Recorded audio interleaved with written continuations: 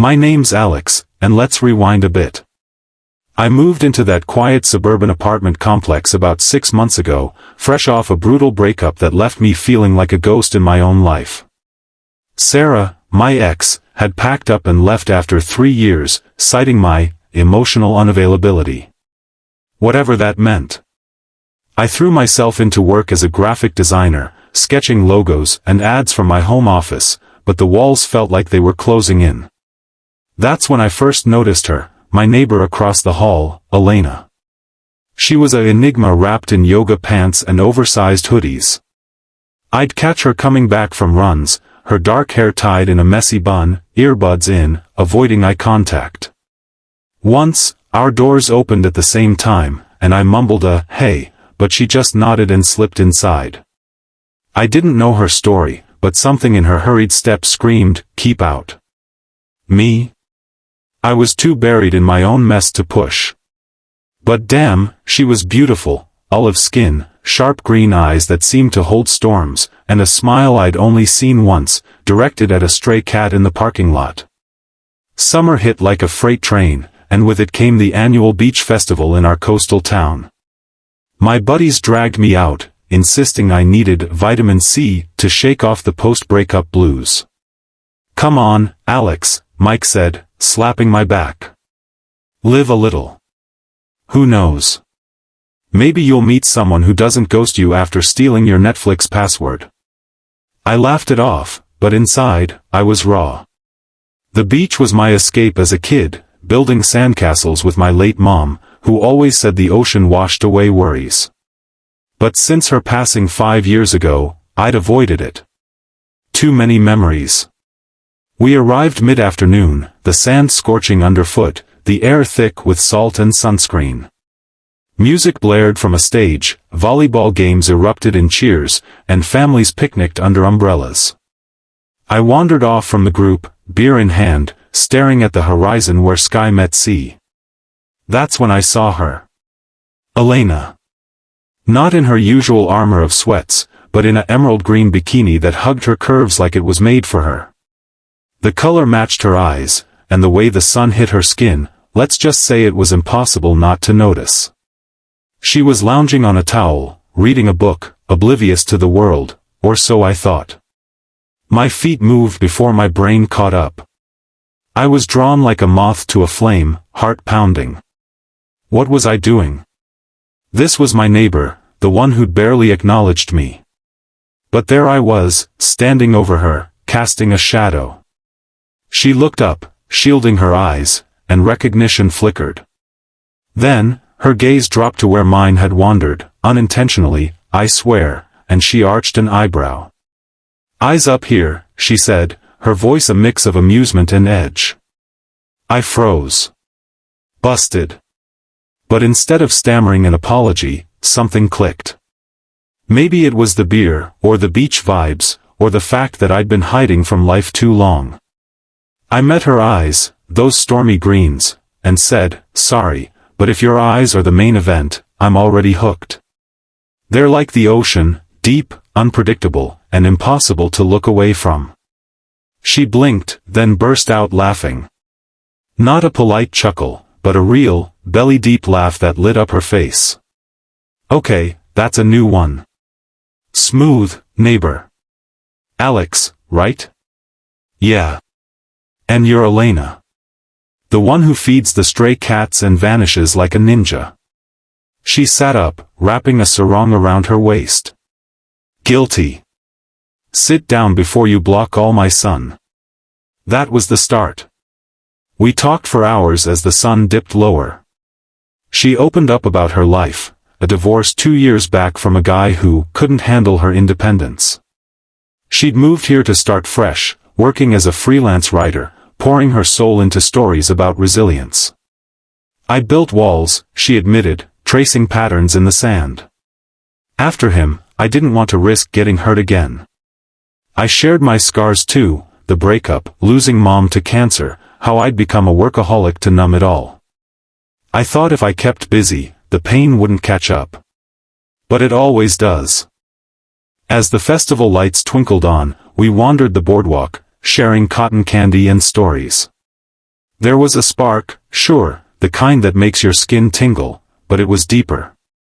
Relatable pain, shared laughs. When fireworks exploded overhead, she leaned into me, and I felt something shift. Hope. But life isn't a rom-com. The next week, back home, things got complicated. I knocked on her door with coffee as a "thanks for the beach day" gesture. She answered, but her eyes were red-rimmed. Bad timing, Alex. My ex just called. He's contesting the divorce settlement, wants half my savings.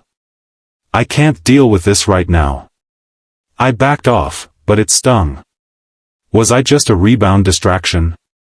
Doubts crept in, echoing Sarah's words, emotionally unavailable.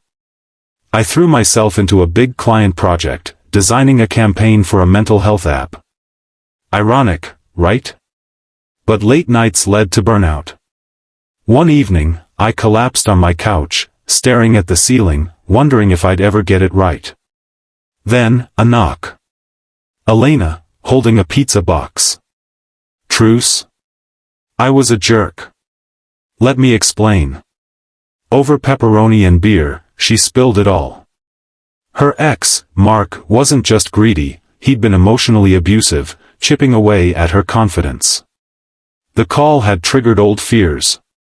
I pushed you away because you scare me, Alex. You're kind, funny, real. What if I mess it up? I took her hand. What if we don't? We've both been through hell. Maybe that's why we click, we get the broken parts. That night, we stayed up talking until dawn. No rush, just vulnerability. It was the first challenge, trust. We resolved it by taking it slow, coffee dates, beach walks, fully clothed this time, sharing playlists and dreams. She read my designs, I edited her articles. Emotional depth grew, layer by layer. But challenges piled on. My work project hit a snag, the client hated my initial concepts, demanding revisions that kept me glued to my screen. Elena supported me, bringing meals and encouragement, but I started snapping, exhausted. One night, I canceled our date last minute. Can't, deadline. She showed up anyway, laptop in tow. We're in this together. Let me help brainstorm. Her fresh perspective saved the project. She pointed out how my designs lacked heart, too clinical for a mental health app. We reworked them, infusing personal touches from our stories. The client loved it. Resolution, learning to lean on each other. Then came her big hurdle. Mark escalated, hiring a lawyer to drag her through court. She spiraled, doubting her worth. Why does this keep happening? Am I cursed? I drove her to the lawyer's office, held her hand through depositions. At night, we'd sit on the beach, the same one where it started, watching waves. You're not cursed, I'd say. You're strong. Look how far you've come. The court date loomed like a storm. I took the day off, sitting in the gallery as she faced Mark. He smirked, but Elena stood tall, voice steady. The judge ruled in her favor, minimal settlement. Outside, she collapsed into my arms, tears of relief. I couldn't have done it without you. Our bond deepened. We moved in together, blending our apartments into a cozy haven. Challenges like merging lives, her neat freak ways clashing with my creative chaos, led to laughs and compromises. We adopted that stray cat, naming him Waves, a nod to our beach beginning. But the biggest test came unexpectedly. I got a job offer in another city, better pay, dream role. It meant leaving everything. I can't ask you to uproot, I told her, heartbreaking. She paused, then smiled. You don't have to ask. We're a team. Let's make it work, long distance if needed, or I'll freelance from anywhere. We chose adventure. Packing up, we drove cross-country, stopping at beaches along the way. In our new home, we built a life, her writing a book on overcoming abuse, me designing for causes that mattered. The emotional depth? It was in the quiet moments, her head on my shoulder, whispering, eyes up here, when I'd get lost in thought, pulling me back with a kiss. Years later, okay, fast forward to, we're married, standing on that same beach at sunset. She's in a sundress, not the bikini, but those eyes still captivate. Remember our first meet? She asks. How could I forget? My perfect response sealed the deal. She laughs. It did. But it was more, your heart saw mine. That's the message, folks, life's challenges aren't roadblocks, they're bridges to deeper connections. Don't hide from pain, embrace it with someone who gets it. Second chances? They're everywhere if you're brave enough to look up. And hey, if this story moved you, like it did me writing it, drop a like, subscribe for more tales of love, loss, and triumphs. What's your eyes up here moment? Comment below. Until next time, keep chasing those waves.